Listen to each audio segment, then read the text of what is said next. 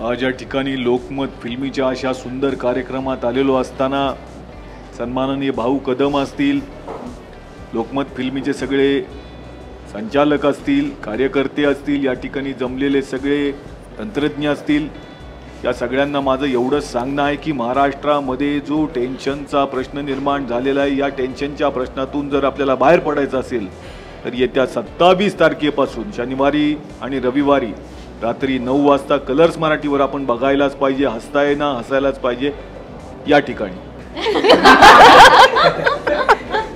अध्यक्ष महोदय, काही झालं किती झालं तरी मी पुन्हा येईन पुन्हा येईन पुन्हा येईन आणि पुन्हा आलोय, हसताय ना हसायलाच पाहिजे. पहा कलर्स मराठीवर.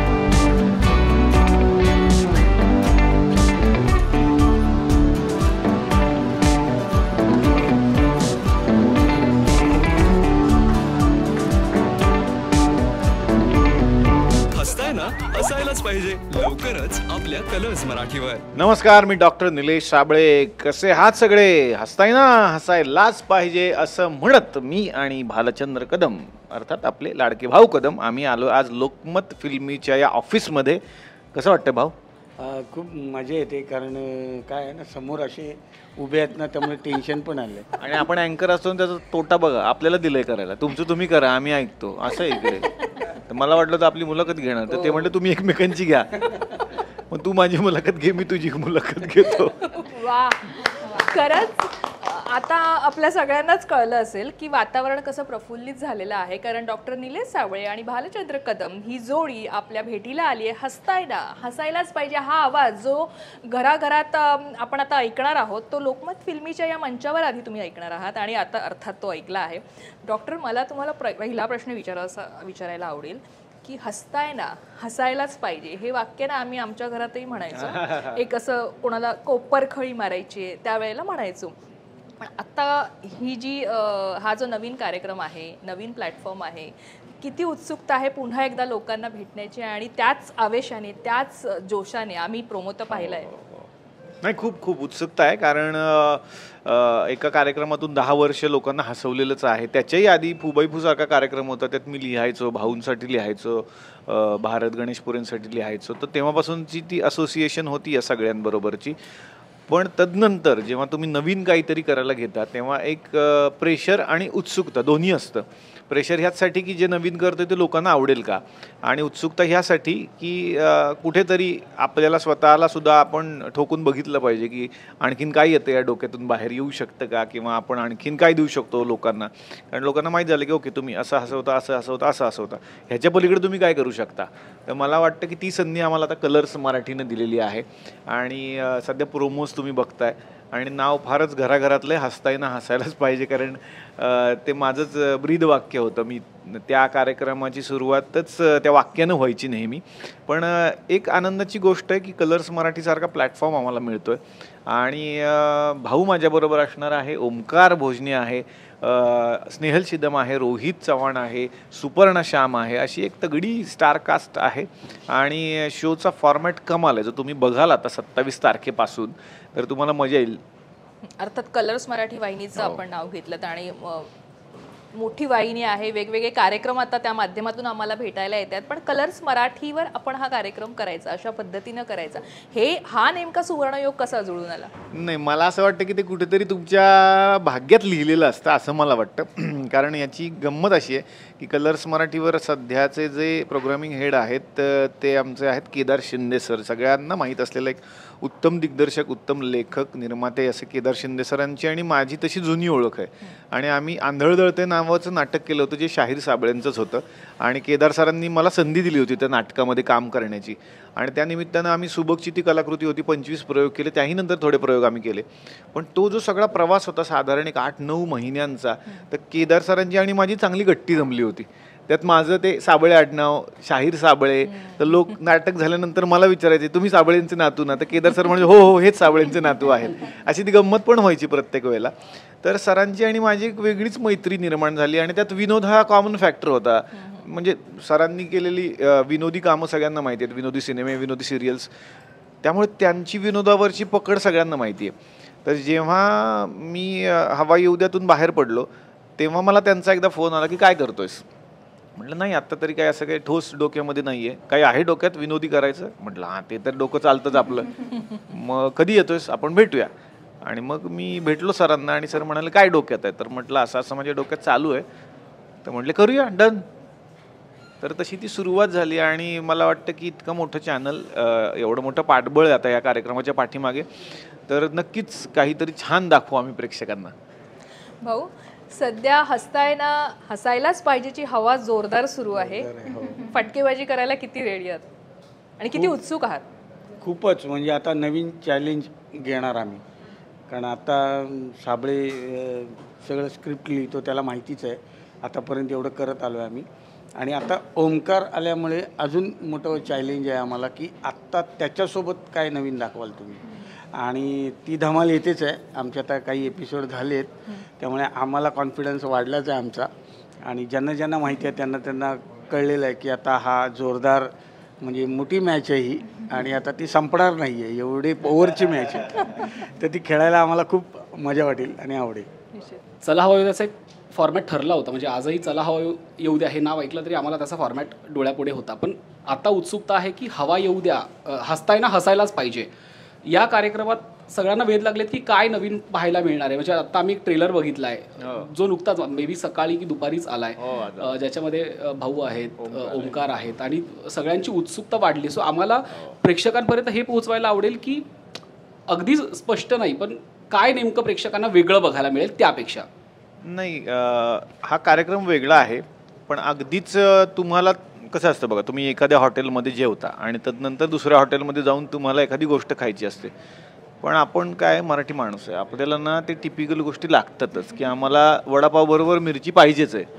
तर वडापाव बरोबर तुम्हाला सॉस द्या किंवा काय, नाही नाही नाही, आम्हाला तळलेली मिरची जोपर्यंत येत नाही आणि त्याच्यानंतर एक चहा हवा असतो लोकांना. वडापावनंतर कॉफी पिणारी माणसं मी नाही बघितली, तुमच्यापैकी असतील तर मला माहीत नाही. पण काही गोष्टी या ठराविक आहेत ज्या लोकांना खूप आवडतात, ज्या भाऊमधल्या आहेत, माझ्यामधल्या आहेत, आता ओमकारमधल्या आहेत. त्या गोष्टी निश्चितपणे या कार्यक्रमात आहेतच.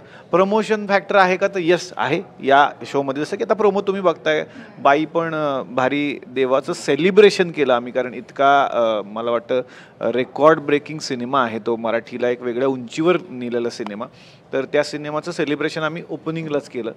सगळ्या महिलांनी येऊन आम्हाला आशीर्वाद दिले तिकडे. पण हा कार्यक्रमाचा फॉर्मॅट वेगळा आहे. याच्यामध्ये माझा डबल रोल आहे, जो तुम्हाला सुरुवातीलाच दिसेल. मी सगळंच का सांगून टाकतोय, लोक म्हणतील मग सगळं सांगाल तर बघायचं काय, तर तरी सगळं वेगळंच आहे, तुम्हाला तरी वेगळंच बघायला मिळेल. याची मी फक्त ठराविक तुम्हाला साधचा सांगतो काय या कार्यक्रमाचा, कारण याच्यात माझा डबल रोल असणार प्रत्येक एपिसोडच्या सुरुवातीला. माझाच एक जुळा भाऊ आहे विजय साबळे नावाचा, जे मीच पात्र करेन. माझ्यापेक्षा वेगळं दिसणारं एक कॉमन मॅन आहे, तो सुरुवातीलाच तुम्हाला भेटायला येईल, जो अगदी ट्रेनमधून रिक्षामधून येणार. आणि त्याची एक फॅमिली, त्याची एक बायको आहे आणि बायकोचा हा भाऊ आहे, म्हणजे माझा हा मेहुणा आहे. आणि ह्याचा मित्र आहे तो ओमकार आहे. आणि हे दोघे मिळून मला लुबाडतात. भाऊला दर एपिसोडला एक दुकान सुरू करायचं, एक व्यवसाय सुरू करायचा आहे, आणि माझ्याकडून ते पैसे घेतात आणि ते कुठलं तरी एक वेगळं दुकान टाकतात जे एपिसोडच्या शेवटी संपतं, त्याचं शटर डाऊन होतं. तर बाईपणच्या एपिसोडला तुम्ही बघालच की त्यांनी सुरू केलं होतं पहिल्यांदा एक चहाचं दुकान, आणि त्या उद्घाटनाला सेलिब्रिटी येतात.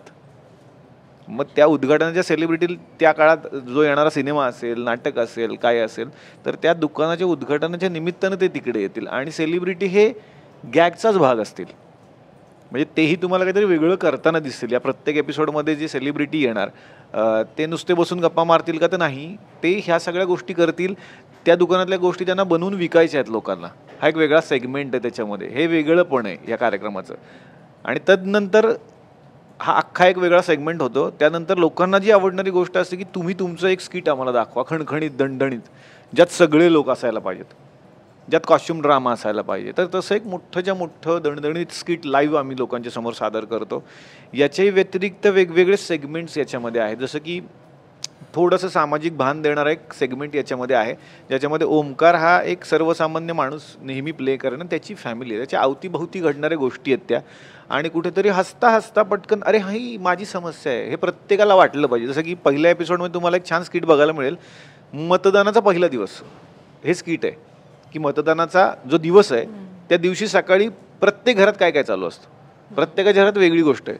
तर एक शहरी कुटुंब आहे, एक मिडल क्लास कुटुंब आहे चाळीतलं, आणि ॲट अ टाईम स्टेजवरती दोन्ही सेट लागलेत आणि यांच्या घरात मतदानाच्या दिवसाची तयारी काय आहे, यांच्याकडे काय. तर एका कुटुंबात अगदी सणाची तयारी आहे, त्यांनी छान गुढी उभारली, तोरणं, घरातले वैतागलेत, एवढं करायची काय गरज आहे. तो नाही, हा आपला उत्सव आहे. 31 डिसेंबर साजरा करण्यासाठी महिनाभर तयारी करता की नाही. मग तुम्हाला आपली लोकशाही, आपला उत्सव साजरा करण्यासाठी एवढी तयारी करायला काय प्रॉब्लेम आहे. तर तो जो सर्वसामान्य माणूस आहे तो मतदान करायला जायचं हे ठरवू नये सकाळपासून. छान कपडे घालूयात, छान हे करूयात, ते करूयात. आपण छोट्या छोट्या गोष्टी साजऱ्या करतोय, वाढदिवस साजरे करतोय आपण. मग हा लोकशाहीचा उत्सव 5 वर्षातून एकदा जो येणार आहे तो आपण का नाही साजरा करायचा, याच्या मागे तो आहे. आणि ही जी एक शहरी सो कॉल्ड फॅमिली आहे, त्यांना गोव्याला जायचं आहे, त्यांना ट्रिपला जायचं, आणि त्यांचं म्हणणं आम्ही 4 जणांनी मतदान नाही केलं म्हणून काही फरक पडणार नाही, असं त्यांचं मत आहे. त्यातले तर आपण फार फार तर ते करू ना, म्हणतात ते बोटाला एक शाई लावू आणि एक सेल्फी टाकून देऊ, लोकांना तेवढंच बघायचं आहे. तर हसता हसता हळूहळू खूप मोठ्या समस्येला ते लोक हात घालणार आहेत आणि त्याचा शेवट खूप गोड असणार आहे प्रत्येक वेळेला. तो एक वेगळा सेगमेंट आहे. आणि याच्यामध्ये सगळ्यात चांगली गोष्ट आहे की समोर आम्हाला दाद द्यायला आमचे पाहुणे असणार आहेत भरत जाधव सर आणि अलका कुबलताई. तर इतकी दिग्गज मंडळी समोर असल्या कारणानं ते एक प्रेशर पण असतं या सगळ्यांवर की त्यांना आम्हाला हसवायचं शेवटी. आणि प्रत्येक एपिसोडला वेगवेगळे लोक येतीलच, गेस्ट येतील. तर मी सगळा फॉर्मॅट जवळपास सांगितला, पण ह्याच्यापेक्षा खूप आहे जे तुम्हाला त्या दिवशी बघायला मिळणार आहे. पण आता बोलताना तुम्ही कॉमन मॅनचा उल्लेख केला आणि डोळ्यापुढे चटकन केदार शिंदे आले. कारण की केदारदादांच्या आतापर्यंतच्या सगळ्या कलाकृतींमधून कॉमन मॅन हा त्यांचा एक महत्त्वाचा काय म्हणतात की घटक होता. आणि या सगळ्या हस्तायनाच्या मागेही ते आहेत. तर त्यांचं मार्गदर्शन कसं मिळालं आणि त्या तुमच्या विनोदामागे त्यांची झालर कशी असणार आहे. आणि महत्वाचं म्हणजे केदारचे पण काही असे विनोदी कार्यक्रम होते जे गाजलेले आहेत आणि जे आपण पाहायचो सगळेच. खरं हाताच्या कटफू. मला असं वाटतं की पहिला जो आम्हाला प्रेरणा देणारा, म्हणजे मी खूपच त्यावेळेला 10वीला वगैरे असेल किंवा 8वी 9वीला असेल मी, आपल्याला प्रेरणा देणारा कार्यक्रम होता हासाच्या कटफू. घडले बिघडले पण त्यांनी काही भाग केले. श्रुत गंगाधर टिपरे, जिथून मी नकला करायला सुरुवात केली, मी आबा करायचो आरशासमोर. तर तेव्हा मला माहिती नव्हतं की एक दिवस ह्या कलाकृतीच्या क्रिएटर बरोबर मला निदान बोलता येईल, मला भेटता येईल. माझ्या आयुष्यात थिएटरला जो मी खूप सुंदर सिनेमा जो पहिला बघितला असेल मराठीतला, मला म्हणजे त्याच्या आधी मी सगळे सिनेमे टी व्हीवरच बघत होतो, पण थिएटरला जाऊन मराठी सिनेमा जो पाहिला असेल तो होता अगबाई आरेच्या. तिथून पुढे मला वाटलं की आपण असं काहीतरी बनवू शकलो तर किती मजा येईल. पण आज त्या व्यक्तीबरोबर मला काही वेळ घालवता येतो, त्यांचं मार्गदर्शन मला मिळतं, कारण त्यांचा हातखंडा आहे विनोदामध्ये. आणि त्यांचं खूप एक चांगलं वाक्य आहे की तुला मजा येईल तसं कर. आणि ते इतके म्हणजे प्रामाणिक आहेत त्याबद्दल की ते म्हणतात की माझ्या सगळ्याच गोष्टी घे असं मी म्हणणार नाही तुला, पण यातलं तुला जे आवडेल ते घे. आणि कदाचित मला जर वाटलं तर मी एखादं स्किट लिहून तुला मेल पण करीन, बघ तुला आवडलं तर घे. आवडलं तर हा प्रश्नच नाही, अर्थात ते लिहिणार म्हटल्यानंतर ते वेगळंच असणार आहे आणि त्याचा सन्मान होणारच. पण मला असं वाटतं की एखाद्या कार्यक्रमाच्या मागे जी एक शाबासकीची थाप लागते किंवा मी आहे तू कर, तर मला वाटतं आज केदार शिंदे आणि कलर्स मराठी सगळ्यांनीच आता ठरवलं आहे की ह्या टीमच्या पाठीमागे आपण उभं राहूयात आणि तुम्ही करा, आम्ही आहोत. तर मला त्याचा खूप आनंद आहे. निश्चित. भाऊ, आता आम्ही जसं प्रमोद पाहतोय आलेला आहे समोर, पण साडीत पुन्हा भाऊ दिसतोय. आत्ता यावेळेला डॉक्टर निलेश साबळे यांना सांगितलं का काय पुन्हा नको ना, वेगळं काहीतरी असं काही झालं का तुमच्या दोघांमध्ये? हे बोलूच शकत नाही ना, हे बोललं तर वाढेल अजून कॅरेक्टर. नाही, पण त्याच्या मागे त्याचं कारण वेगळंच आहे की बायका तर आहेतच, पण बायकांनी विनोद केलेले म्हणजे तेच कपडे मग ते साड्या नेसून ती मजा येत नाही ना. पुरुषांनी केलेले विनोद अजून भावतात. आणि म्हणून, आणि ती कोकणातली आमची पारंपरिक कलाच आहे. दशावतारात पण स्त्रीपात्र पुरुषच करतो आणि ती आलेली चालत आलेली कला आहे. त्यामुळे त्याच्यात वाईट वाटण्यासारखं काही नाही, पण मजा येते कधीतरी असं करायला, मजा येते. आणि सुरुवातच आमच्या शोची झाली बाई पण देगा भारी देव, बाई पण भारी देवानी. त्यामुळे त्यासुद्धा स्त्रियाच होतात आणि होता, आणि त्यांचा मान आम्ही घेतला आहे आणि आम्ही पण लोकांना छान काय काय पेश करतो आहे स्त्रियांच्या वेशात. त्यामुळे तो एपिसोड गाजला आणि त्यांनी खूप एन्जॉय केलं. आता तुम्ही बघताना कळेल तुम्हाला की काय झालं आहे ते. निलेश, तू आत्ता खरं तर उल्लेख केलास अलकाताई आणि भरत जाधव हे असणार आहेत तिथे आणि जज म्हणून कदाचित आम्ही त्यांना बघतोय, पण नेहमी असं वाटतं का की आता अलकाताईंनी आधी जे रोल केले ते त्याच्यात कुठेतरी कॉमेडी किंवा हा ह्युमर पाहायला नाही मिळाला. त्यांनी खूप वेगळ्या प्रकारचे इमोशनल असे रोल केलेत. त्यांना त्या ठिकाणी एखाद्या कॉमेडी शोचा जज म्हणून बसवणं हे थोडंसं ऑड कॉम्बिनेशन वाटत नाही का? नाही, याचं कारण तुम्ही जर एक एपिसोड बघितला असेल मध्यंतरी, आम्ही चला हवा युद्धाचा एपिसोड केला होता, त्यांनी भाऊंच्या बरोबर एक स्किट पण केलं होतं. तर ॲक्च्युली लोकांना माहिती नाही आहे, पण जे ॲक्च्युअल हार्डकोअर प्रेक्षक आहेत ना अलकाताईंचे, त्यांना सगळं माहिती आहे. कारण लक्ष्मीकांत बेर्डे सरांच्या बरोबर अनेक सिनेमे आहेत त्यांचे ज्यात त्यांनी विनोदीच भूमिका केलेल्या आहेत. पण त्या अशा म्हणाल्या की माहेरची साडीनंतर जो एक शिक्का बसला किंवा प्रेक्षकांना मी तशी आवडत गेले आणि मी त्या भूमिकांचा मान राखत गेले, कारण तशा भूमिका माझ्याकडे येत गेल्या. पण त्या नेहमी जेव्हा मला भेटायच्या तेव्हा म्हणायचे की ॲक्च्युली मला हे करायला खूप आवडतं. माझ्यामधली अलका कुबल खूप वेगळी, जी त्यांच्या सर्कलमध्ये माहिती आहे की त्या खूप डॅशिंग आहेत, फास्ट गाडी चालवतात, म्हणजे चांगल्या अर्थी कंट्रोलमध्येच, पण त्यांना आवडतं ते रॅश ड्रायव्हिंग किंवा बिंदास्त आहेत त्या कोणाला घाबरत नाही. ॲक्च्युली त्या जशा स्क्रीनवर आहेत त्याच्या उलट आहेत त्या, आणि त्यांना विनोद खूप आवडतो. आणि त्याच्याहीपेक्षा मला असं वाटतं की विनोदाला काय म्हणू शकतो, ते दाद देण्याची जी पद्धत आहे ना ती कमाल आहे त्यांची. त्या खूप मनापासून दाद देतात. त्यामुळे सरप्राईज एलिमेंट हा आहे की ह्या कार्यक्रमात तुम्हाला अलकाताई सुद्धा कधी कधी स्किट करताना दिसणार आहेत. अरे वा. तो एक वेगळा स्किटचा एक आम्ही चंक ठेवलेला आहे, तो हळूहळू पुढे येईल लोकांच्या. त्या किंवा भरत सर सुद्धा तुम्हाला सरप्राईज म्हणून कधीतरी या मंचावरती काहीतरी सादर करताना वेगळ्या भूमिकेत दिसतील, म्हणून तिकडे अलकाताई आहे. पण थ्रूआउट द एपिसोड म्हणजे थ्रूआउट पूर्ण तुमचा शो अलकाताई आणि भरत दादा शेवटपर्यंत असणार की तेही चेंज होणार आहे त्यांच्यापैकी? नाही, त्यांना आमचा कंटाळा आला तर पण मला आम्ही त्यांना कंटाळा येऊ देणार नाही, एवढं मात्र आहे. निलेश सर, तुमच्यासाठीच प्रश्न आहे की या कार्यक्रमात तुमचे 2-3 मित्र तर आम्ही पाहतोय, भाऊ सर असतील, ओंकार असेल, सो आणखीन पुढे कोणी येणार आहेत का? दुसरे मित्र सुद्धा इन्व्हॉल्व्ह होणार आहेत का पुढे? नाही, आत्ता जी मी तुम्हाला टीम सांगितली, भाऊ आहे, ओंकार जॉईन झाला आहे, हे खूप चांगलं आहे. कारण ओंकार बरोबर मी काम नव्हतं केलं आणि ओंकार आणि भाऊचं नाटक सुरू आहे सध्या, करून गेलो गाव, त्यामुळे त्यांचं एक ट्युनिंग कमाल आहे दोघांचं, कारण ते दररोज एकत्र असतात, त्यामुळे त्याचा मला फायदा होणार होता.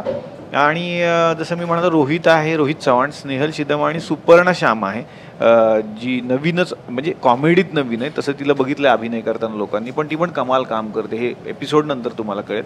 तर आत्ता मला वाटतं हीच टीम लॉक आहे. आणि तुमचा जो प्रश्न आहे की पुढे मागे काय होईल, तर मला वाटतं की ह्याच्यात काही लोक तुम्हाला कदाचित दिसतीलही, ते कोण असेल मला माहिती नाही आत्ता, कारण पुढचं मला अजूनही माहीत नाही. प्रवास आत्ताशी सुरू झाला, त्या बसमध्ये कोण बसेल कोण उतरेल, मला उतरणं तर शक्यतो कोणी नाहीच आणि आम्ही उतरू पण देणार नाही.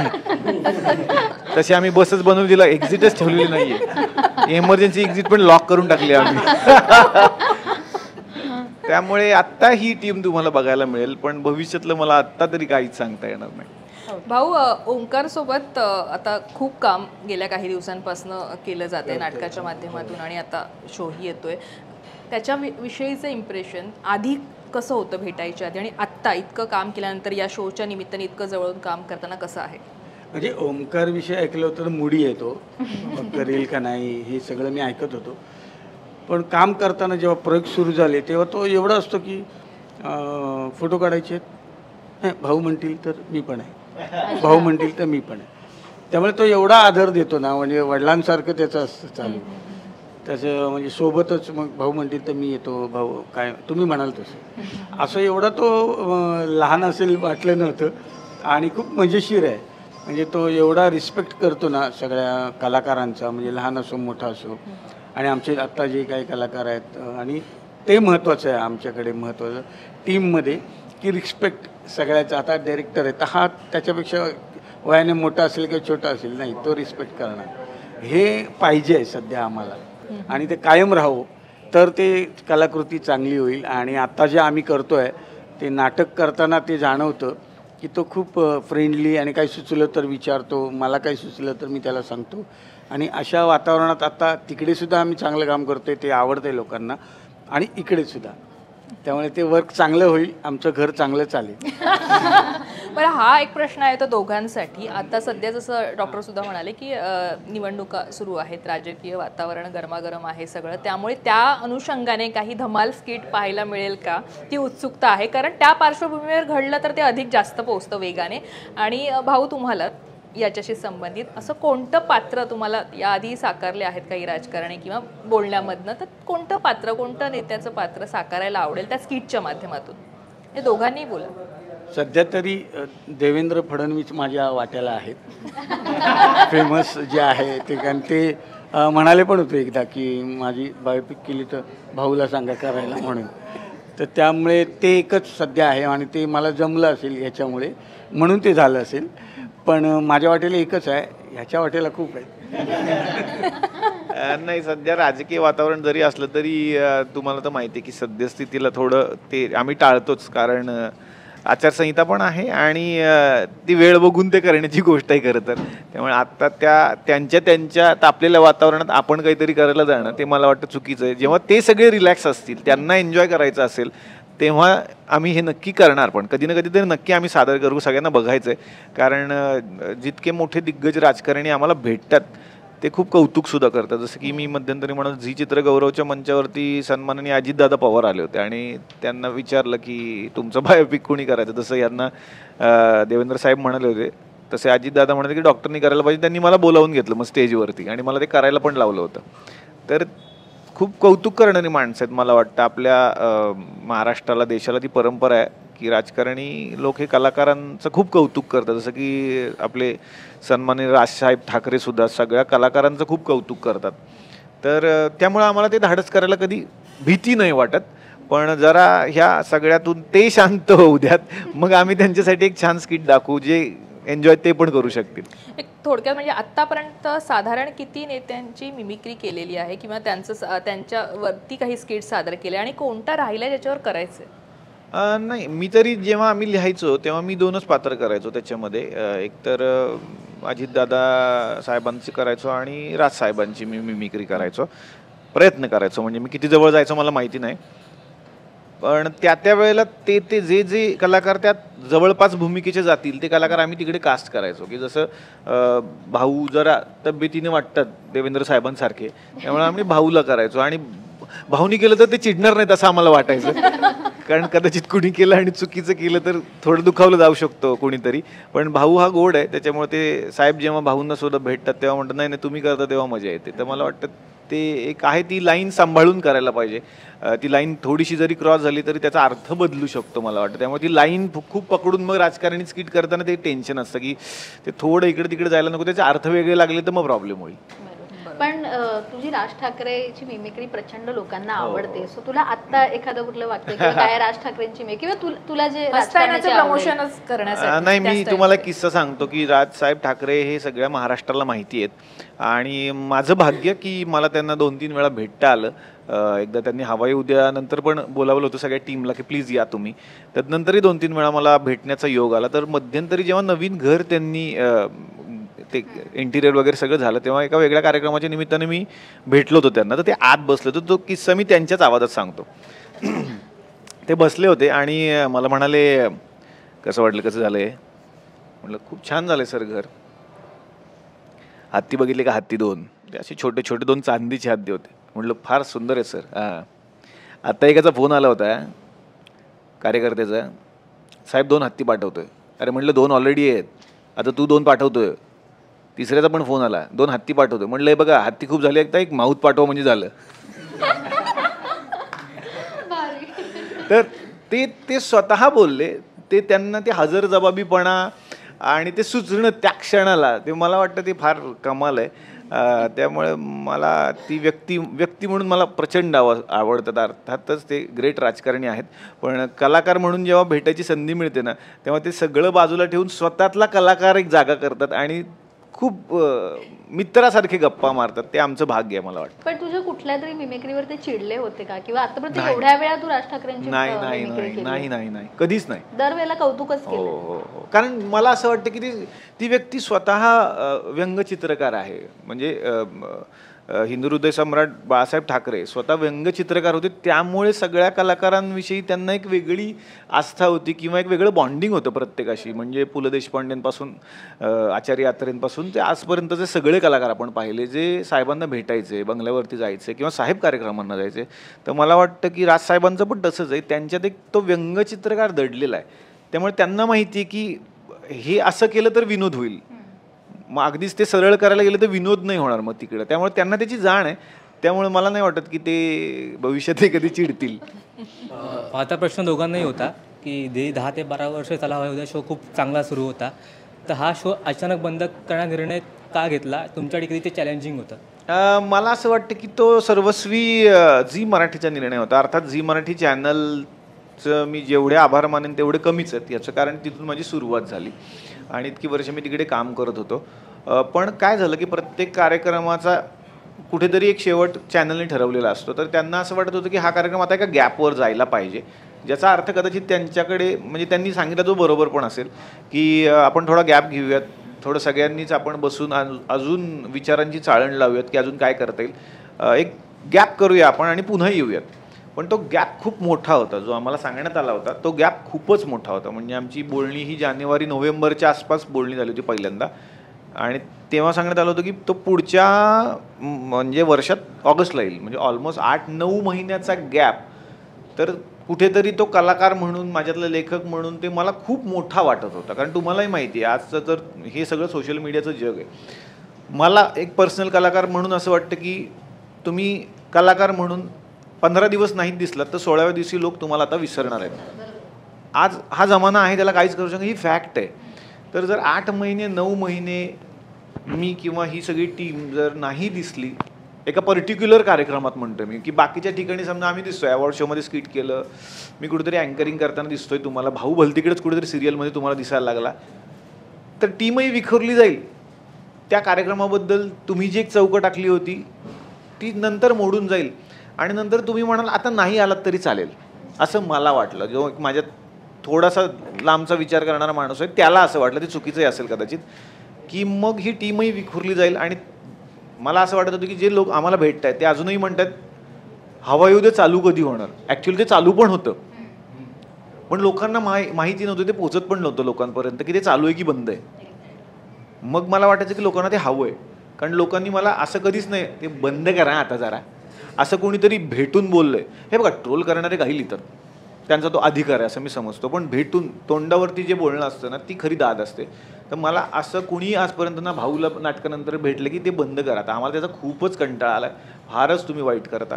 जो भेटतो तो विचारत होता हे कधी येणार आहे, हे कधी येणार आहे. तर मला असं वाटलं की लोकांना हवं आहे कदाचित, तर आपण दिलं पाहिजे. आणि तसाही कार्यक्रम गॅपवर चालला होता म्हणून मी बाहेर पडलो होतो त्यातून, त्या प्रोसेसमधूनच. आणि नंतर मग जो पुढचं मी सांगितलं की मला फोन आला आणि विचारलं की करणार का, तर पुढे सुरू झालं मग हसताय ना हसायलाच पाहिजे. आणि हसताय ना हसायलाच पाहिजे हेच नाव का, म्हणजे कारण अर्थातच आमच्या मी जसं म्हटलं तसं की सगळ्यांच्या घराघरात सगळ्यांच्या तोंडावर हे वाक्य आहे, पण जेव्हा नाव ठरत होतं तेव्हा नेमकी कशी चर्चा झाली आणि त्याच्यातनं हे नाव कसं? नाही, मला केदार शिंदे सर म्हणाले तू 4-5 नावं काढून आण, तर मी वेगवेगळी नावं काढून गेलो होतो की हे पण आहे, हे पण आहे. आणि मी छोटी छोटी ह्याच वाक्याचे तुकडे पण केले होते. द हसतायना शो असं पण केलं होतं मी, द हसायलाच पाहिजे शो असं पण केलं, कारण हसतायनावर प्रश्नचिन्ह येईल, मग ते अर्धवट वाटेल का, म्हणून मी मग द हसायलाच पाहिजे शो असं पण केलं, कारण ते पण माझ्याच बोलण्यातले शब्द होते, ते लोकांना पाठवते. सर म्हणले आपण ते दोन्ही मिक्स केलं तर मग सरळ हसतायना हसायलाच पाहिजे अख्खंच करू ना, मग 4 शब्द होतात बरोबर. म्हटलं तुम्हाला आवडलं तर ओकेच आहे माझ्यासाठी.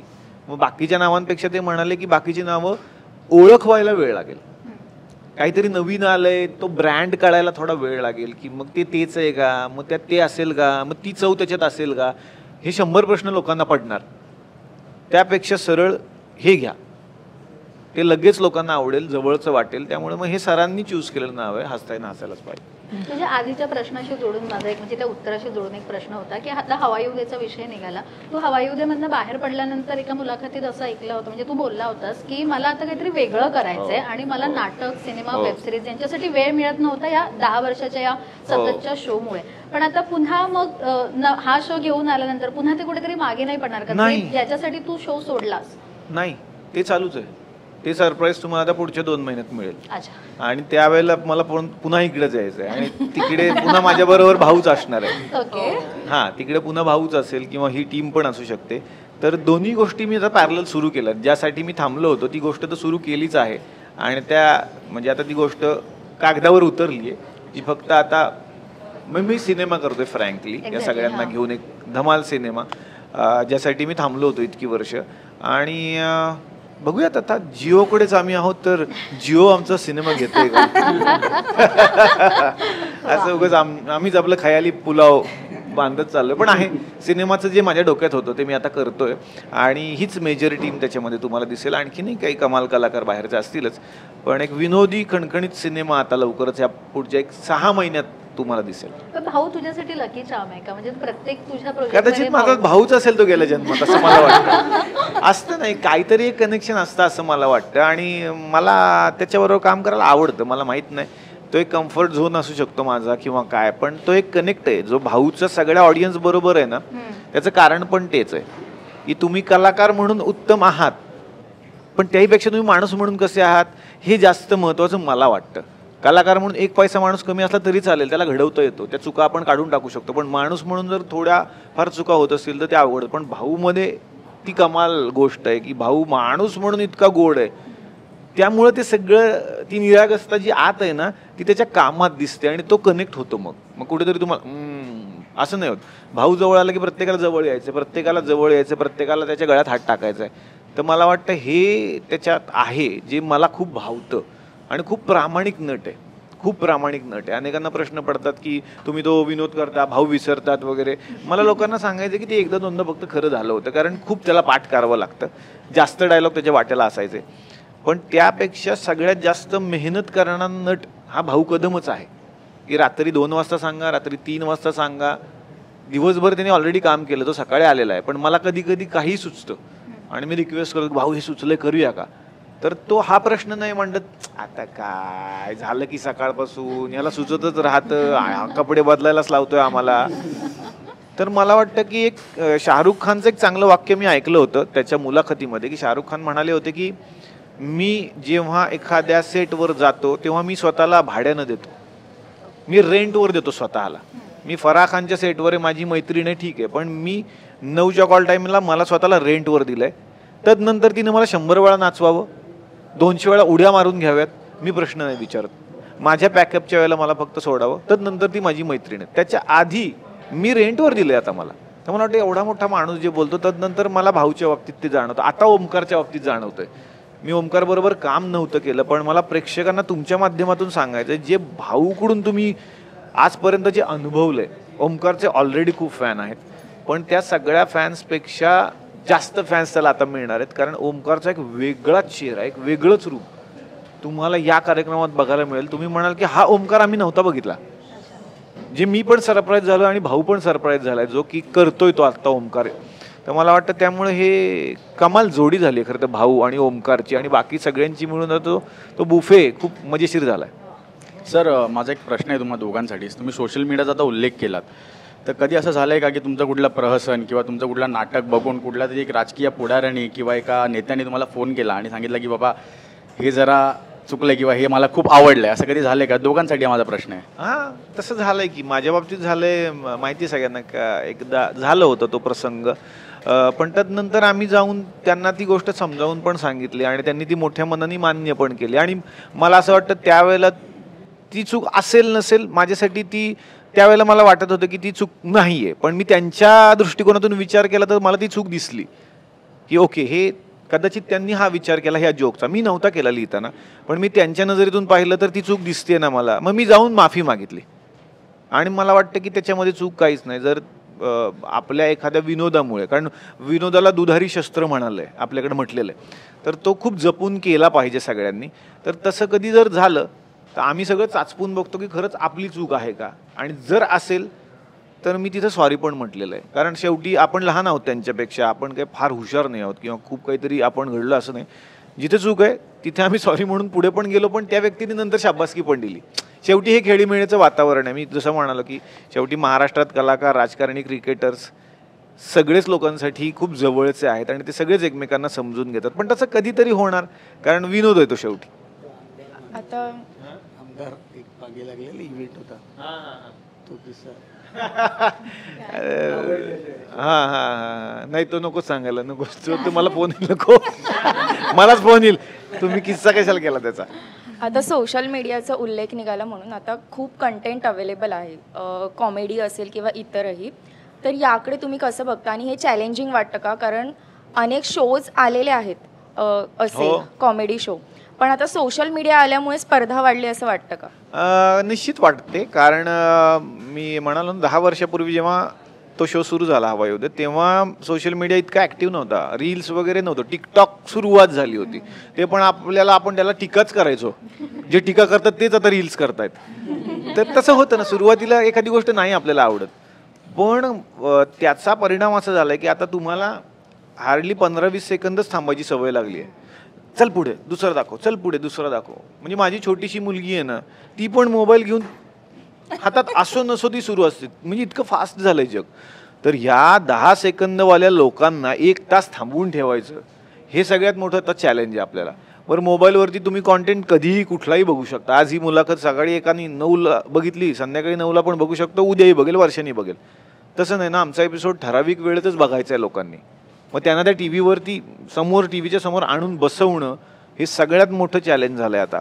मग त्याच्यात त्यांना तो मोबाईल, दिवसभरचे रील्स, व्हॉट्सॲपवर येणारे जोक्स, ह्या सगळ्याच्या पलीकडचा जर विनोद आमच्या प्रमोद दिसला तर लोक म्हणतील नाही, मग हे तिकडं नाही, हे तिकडेच बघा. जसं की कोविडच्या काळात आपल्याला वाटायचं की अरे बापरे, आता तर सोशल मीडिया प्लॅटफॉर्म आले, आता सगळ्या मूव्हीज तर मोबाईलवरती येणार, आता बहुतेक थिएटर बंद होतील.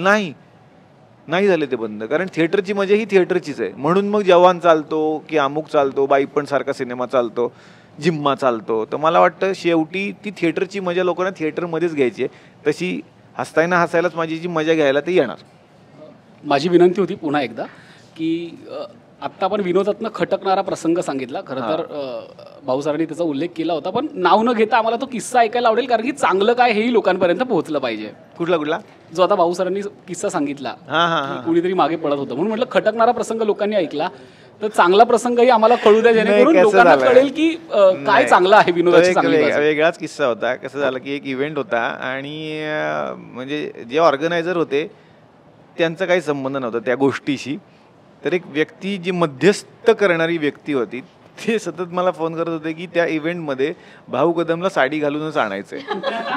मग म्हटलं नाही हो, तसं नाही, इव्हेंटला साडी नाहीत नेसत, कारण सगळ्या ग्राउंडवर मागे तेवढीच तयारी असू शकते नसते, कारण ते म्हटलं ठरलेली स्किट्स असतात इव्हेंटला.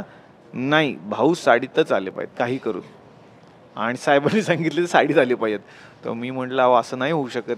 तर मी भाऊंना रिक्वेस्ट करतो. भाऊ म्हटलं अरे तसं स्किटच नाही आपलं ठरलेलं, कारण भाऊंना चेंज पण असतो, आणि ओपन शोला हे शक्य पण नव्हतं की पटकन साडी नेसली, पटकन अमुक केलं, इकडे थांबतो आपण, तसं तिकडे 2 तासासाठी थांबणार कसं. नाही, काही झालं तरी भाऊ साडीतच पाहिजेत. जवळपास एखादी हिरोईनला म्हटलं तर ठीक आहे की तुम्ही हे डान्स करा, हा डान्स मला खूप आवडतो, पण भाऊ साडीत पाहिजे ही काय अपेक्षा आहे, असं झालं माझं. हे कुठलं प्रेम आहे. पण नंतर जे आमचे मेन ऑर्गनायझर होते म्हटलं, ते म्हणाले की त्यात पडू नका, मी त्यांना समजावून सांगतो, तुम्ही तुमचं करा. तो तसा किस्सा होता. ते आठवड्यावर मागे लागले होते की भाऊ साडीतच पाहिजे. जवळ मला निळू फुले आठवले होते. जोडून माझा प्रश्न आहे, तुम्ही आजपर्यंत बरेचसे कॅरेक्टर्स केले, पण प्रेक्षकांमध्ये गेल्यावर असे कोणते कॅरेक्टर्स प्रेक्षकांना आठवतात की हे आता करून दाखवा किंवा याविषयी थोडंसं काहीतरी बोला? खूप असतात, कारण लोकांना खूप आवडतं ना. आणि माझ्यात एक नकलाकार पूर्वीपासून होता, तो मी का जपला याचं कारण सांगतो. मी कधी नाटक एकांकिका करू शकलो नाही, कारण मी मेडिकलला होतो. मेडिकलमध्ये तेवढे ग्रुप नसायचे, कारण त्या मुलांच्या आवडी वेगळ्या आहेत. ते सगळे अभ्यास किंवा हे, त्यात मी नाटकवाला, मला नाटक करायचं. तर माझ्याकडे काहीच नव्हतं ना, ग्रुप ना काय, मी पुढं कसं जाणार. पण मला जी मिमिक्री यायची ती माझी ऑडिशन असायची. मी कुठेही गेलं, मी 5 मिनिटात लोकांना काहीतरी करून दाखवलं तर कदाचित एखाद्या दिग्दर्शकाला माझ्यातला कलाकार दिसेल, म्हणून मग मी ते वाढवत नेलं पुढे पुढे.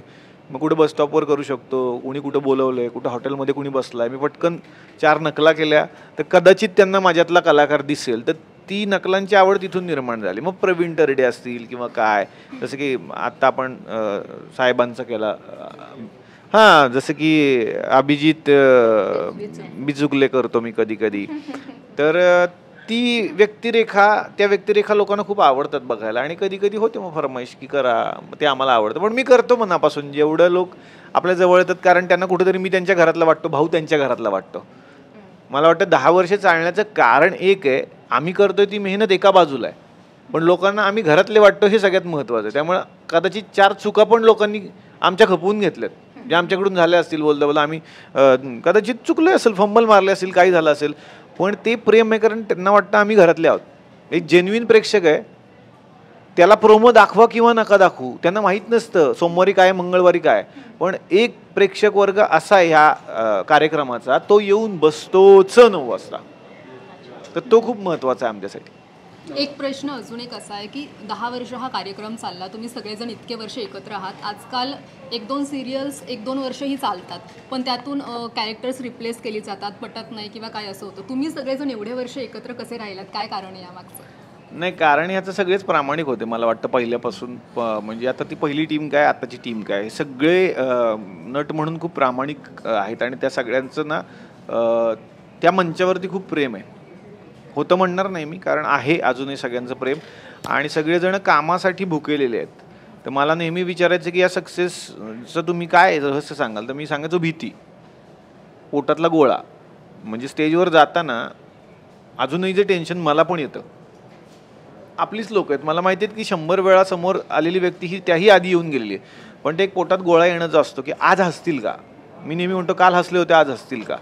हे इथं रोज पाहिजे, ती भीती रोज पाहिजे की आता आम्ही 2 एपिसोड केले, हसताना हसायलाच पाहिजे. मस्त झाले. मला टेन्शन पुढच्या मंगळवारचं आहे की पुढच्या मंगळवारी मांजरेकर सर येणार आहेत, जुनं फर्निचरची टीम आहे. मला भीती आहे की आता मी मांजरेकरांना कसं हसवणार आहे, कारण ते थोडे गंभीर आहेत, त्यांना हसवणं अवघड आहे. पण आम्ही त्यांना हसवलंय, यापूर्वी त्यांना खळखळून हसवलंय, पण तेव्हा हसले, आता हसतील का साबळे, असं मीच मला प्रश्न विचारतो. आणि मग तो विनोद शोधण्याची ती सुरू होते, ती सगळी धडपड. तर मला वाटतं ते टेन्शन आहे ज्यामुळे इतकी वर्ष हे काम करतोय आम्ही. हा प्रश्न आता पुढचा भाऊंसाठी. आत्ताची टीम आपण आहे आपल्या समोर आणि सगळीच टीम छान आहे, कारण आम्ही सगळ्यांना ओळखतो, हसवताना आम्ही पाहिलंय त्यांना. पण जुन्या आपल्या मित्रांना जसं कुशल आहे, श्रिया आहे किंवा सागर आहे, तर यांना किती मिस करणार आहात आणि यांची वाट पाहताय का या मंचावर? दोघांनाही आहे, कदाचित नंतर डॉक्टरांनी उत्तर द्यावं याचं. नाही, नक्कीच. म्हणजे त्यांना मिस करणारच. म्हणजे एवढी वर्ष काम केलं आहे आणि खूप उत्तम कलाकार आहेत सगळे, टायमिंगवाले आहेत आणि त्यांच्यासोबतच सगळं उभं राहिलं आहे. आणि आता त्यांची इच्छा, आता जसं मी साबळेवर आलो की इथे आता करायचं आहे आपल्याला चांगलं, आता त्यांच्या व्यापातून ते जेव्हा मोकळे होतील, त्यांचे काही कमेंट्स असतील कुठे कुठे, तर त्या पूर्ण होतील. त्याच्यानंतर जर त्यांनी कदाचित फोन केला, समजा करायची इच्छा दर्शवली, तर नक्कीच. म्हणजे मी म्हणतो आहे साबळेचं, मी त्याच्या बाजूने वतीने असं की ते मित्र असल्यामुळे आपण बोलतो की त्यांनी आले तर स्वागतच आहे. आता ते त्यांच्यावर आहे आणि साबळे आणि आमच्या कलर्स मराठीचं हे डिसिजन. नाही, मी पण तेच म्हणेल. हे बघा, ज्या सगळ्यांच्या बरोबर आपण सुरुवात केलेली असते त्यांना कधी विसरू नये. कुशल बद्रिके असेल, श्रेया असेल, भारत गणेशपुरे, अंकुर आहे, ही 4 माणसं फक्त इकडे नाही आहेत, बाकी सगळे इकडे आहेत. पण मला असं वाटतं की ज्या लोकांच्यामुळे आजपर्यंत आपण पुढे आलो, ही सगळ्यांनी मिळून चालवलेली मला वाटतं एक बस होती आणि सगळ्यांच्यामुळे आपण इथपर्यंत पोहोचलो. ते खूप उत्तम कलाकार आहेत आणि त्यांनी खूप या शोसाठी मेहनत केली आजपर्यंत. ते 10 वर्ष सगळ्यांची मेहनत दिसली सगळ्या लोकांना की एकटा माणूस काही ताजमहाल बांधू शकत नव्हता. ताजमहाल नाही, पण त्याच्या जवळपास जाणारी एखादी इमारत म्हणेन मी. पण सगळ्यांची मेहनत दिसली, ती पुढेही दिसत राहील सगळ्यांना. पण कसं असतं की एखादा सिनेमा असतो, त्या सिनेमात ही 5 पात्रं होती, दुसऱ्या सिनेमात 30 पात्रं असतील याची काही गॅरंटी नाही. मला थोडंसं कधीतरी काहीतरी वेगळा विचार कदाचित करावा लागेल. त्यामुळे ह्या सिनेमात थोडी तुम्हाला वेगळी माणसं दिसतील, पण निश्चितपणे ते आमच्यासाठी खूप जवळचे होते, आहेत, पुढेही राहतील. माझा प्रश्न भाऊंसाठी होता. तुमची लेख मृण्मयी सुद्धा सोशल मीडियावर खूप ॲक्टिव्ह असते, तिचे रील पण खूप व्हायरल होत असतात, तर तुम्ही तिचे रील बघता का आणि तिचा भविष्यात अभिनय क्षेत्रात यायचा विचार आहे का? ॲक्च्युली मी तिला नको म्हटलं होतं हे करून. हां, मी नको, कारण म्हटलं मलाच माहीत नव्हतं यूट्यूब पहिलं एवढं. बोललं अरे ही कुठे आता अभ्यास सोडून हे काय करते, म्हणून नको म्हटलं होतं. पण नंतर मग तो आमचा आधी एक फॅमिली फ्रेंड आहे तो, आणि ते करत असतात आणि ते करता करता मी बघितलं अरे चांगलं चाललं आहे यांचं, मस्त. तर कधी कधी ते बघतो मी, घरी सगळे एकत्र असलो का ते एपिसोड लावून बघतो, मजा म्हणजे. आणि बरं वाटतं ती करते, कारण काय सपोर्ट केला की मग ते कुबड्या घेतल्यासारखं होतं ना. त्यापेक्षा मग तिला स्वतःला काय चुकेल ते चुकेल आणि बरोबर होईल तर चांगलंच आहे. आणि आता ते करते आहे. साबळे पण त्याशी म्हणाला अरे चांगलं आहे, ताडोबाला गेलो होतो आम्ही फॅमिली, चांगली आहे, चांगलं. बरं आहे म्हणून मी त्याच्यात पडत नाही, पण करू दे. करते तर बरं वाटतं. आता बरं वाटतंय, तेव्हा नको म्हटलं होतं. पण भाऊ, आधी जुन्या मित्रांचा विषय निघाला म्हणून भारत सागर यांनी हिंदी शो केला, आता कुशल हिंदी शो करतोय. तुम्हाला हिंदी शोची ऑफर आली होती का? आली होती त्यांच्याकडून आली होती मला. तर मी म्हटलं नाही साहेब, मला आता थांबतो म्हटलं, मला नाही करायचं आहे. कारण इकडे पण विनोदी, तिकडे पण विनोदी. खरं कारण तर ॲक्च्युली वेगळंच होतं माझं, की जस्ट आमचं हे गॅपचं चाललं होतं. तर म्हटलं थांबा ना थोडं, एक आठवडा 2 आठवडा तरी रिलॅक्स होऊ त्या गोष्टी. तर तेवढ्यात हे हिंदी वगैरे करायचं म्हटल्यावर, आणि मला नवीन ठिकाणी जरा रुळायला वेळ लागतो. म्हणजे मी हिंदीत गेल्यावर तिकडे आपल्याला मराठीत जेवढी मान मिळतो ना तेवढा मिळेलच का, तो एक प्रश्न होता. आणि ते जरा त्या घरात रमायला वेळ लागेल. आणि म्हटलं ओळखीचे नाही आहेत. आता इथे मी बिंदास, साबळे असल्यामुळे मी बिंदास असतो, त्यामुळे तो मुद्दा नसतो भीतीचा. आणि तिकडे जास्त मला ते नव्हतं, एवढा कम्फर्ट नव्हतं मी.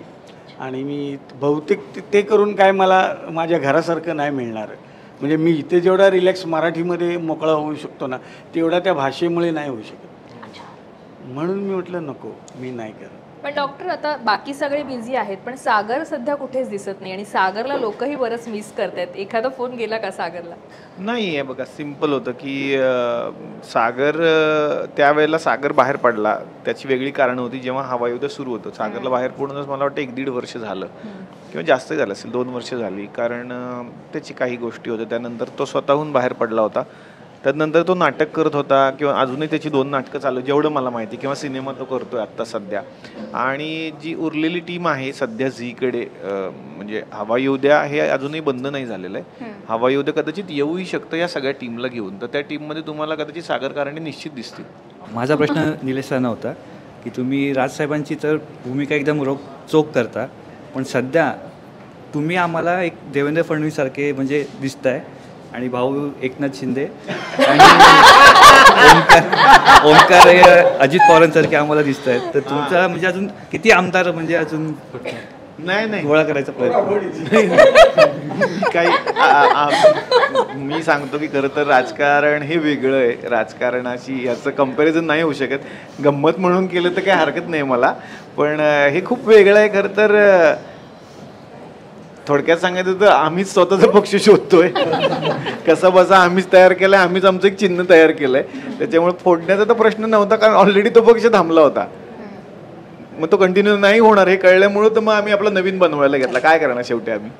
आणि माझा दुसरा प्रश्न भाऊसरांना होता की तुम्हाला मी 2 शब्द विचारतो, म्हणजे बघा तुम्हाला आठवतात का? एक म्हणजे डोंबिवली आणि दुसरी म्हणजे तेलकोसवाडी.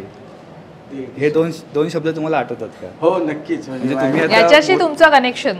माझं घरच शास्त्रीनगर तिथे जवळ, आणि तेलकुसवाडी आमच्या जवळच डोंबिवली. त्यामुळे तिकडे 17 वर्ष मी काढली डोंबिवलीमध्ये. त्यामुळे खूप जवळचंच रिलेशन आहे. नाही म्हणजे थँक्यू आठवल्याबद्दल, कारण तुम्ही आजकाल येत नाही तिथे. तेव्हापासून तांड्यात शिफ्ट झालं तेव्हापासून तुम्ही कधी नाही. आता येईन, आता ब्रिज झालाय नवीन. डोंबिवलीकर राग व्यक्त करतोय. 40 मिनिटात आता पोचू शकतो, म्हणून येऊ शकतो डोंबिवलीत. आणि आता माझं दुकान आहेच आमचं जे, त्यामुळे उल्लेख होतो तुझ्या भांडारचा आमच्या. त्यामुळे माझं येणं नाही होत, पण घरचे येतात जातात. थँक्यू. भाऊ सरांनाच प्रश्न आहे की मगाशी आपण स्त्री पात्राविषयी बोललो, आणि आता प्रोमोमध्ये स्त्री पात्रच दिसलं. स्त्री पात्राविषयी बरंही बोललं जातं, वाईटही बोललं जातं, पण अभिनेता म्हणून स्त्री पात्र साकारणं किती अवघड आहे, किती चॅलेंजिंग आहे, आणि भाऊ म्हणून त्या पात्राविषयीचं काय म्हणणं आहे? नाही, काय होतं कधी कधी ते पात्र साकारताना ना, ते आता नाटकामध्ये बरं असतं, महिनाभर तालीम होते तुमची, आणि ती भाषा तोंडात पटकन बसते. आता इथे एका दिवसातच म्हणजे 4-5 तासातच काहीतरी करायचं असतं ते पात्र, आणि त्याच्यात मी बोलते असं नव्हता, मी बोलतो असं सुद्धा येतं पटकन. कारण ते पटकन ओघात सगळंच करायचं असल्यामुळे पण खूप चॅलेंजिंग असतं करताना. आणि पण होतं ते, आता करून करून एवढी सवय झाली ना की आता ते एकदा साडी नेसली तर ते पात्र आपोआप त्या पद्धतीचं बोलायला लागतं. आणि अगदी शेवटचा प्रश्न की सध्या महाराष्ट्राचं राजकारण तापलेलं आहेच, पण या राजकारणातली 2 माणसं ज्याचा मगाशी पण आपण उल्लेख केला ज्यांचा, की अजितदादा आणि देवेंद्रजी यांच्या होती सध्या सगळं राजकारण फिरतं, आणि त्यांच्या नकलांचाच तुम्ही उल्लेख केला. तर जाता जाता या दोन्ही पात्रांच्या नकला आम्हाला बघायला आवडतील, आणि विनंती होती. हां, कारण सन्माननीय अजितदादा साहेबांनी आता मला एकदा शाबासकी दिलीच आहे स्टेजवर बोलावून, म्हणून मी ते धाडस करतो खरं तर त्यांचा मान राखून. खूप गोड व्यक्तिमत्व आहे आणि त्यांचा बोलण्यात एक दरार आहे. तर समजा ते इथे आलेले असतील ह्या प्लॅटफॉर्मवरती, ते काय बोलतील समजा. आज या ठिकाणी लोकमत फिल्मीच्या अशा सुंदर कार्यक्रमात आलेलो असताना सन्माननीय भाऊ कदम असतील, लोकमत फिल्मीचे सगळे संचालक असतील, कार्यकर्ते असतील, या ठिकाणी जमलेले सगळे तंत्रज्ञ असतील, या सगळ्यांना माझं एवढंच सांगणं आहे की महाराष्ट्रामध्ये जो टेन्शनचा प्रश्न निर्माण झालेला आहे, या टेन्शनच्या प्रश्नातून जर आपल्याला बाहेर पडायचं असेल तर येत्या 27 तारखेपासून शनिवारी आणि रविवारी रात्री 9 वाजता कलर्स मराठीवर आपण बघायलाच पाहिजे. हसताय ना हसायलाच पाहिजे या ठिकाणी.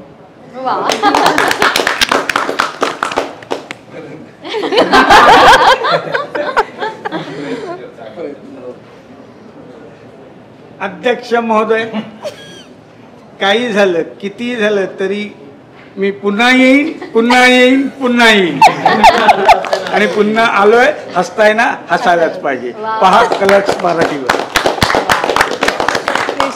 निश्चित. आणि या लोकमत फिल्मीच्या या मंचावर खरंच आज हसताय ना हसायलाच पाहिजेचा अनुभव आम्ही प्रत्यक्षात घेतला आणि हा कार्यक्रम आता आम्ही पाहणार आहोत टेलिव्हिजनवर आणि आपले प्रेक्षकही पाहणार आहेत.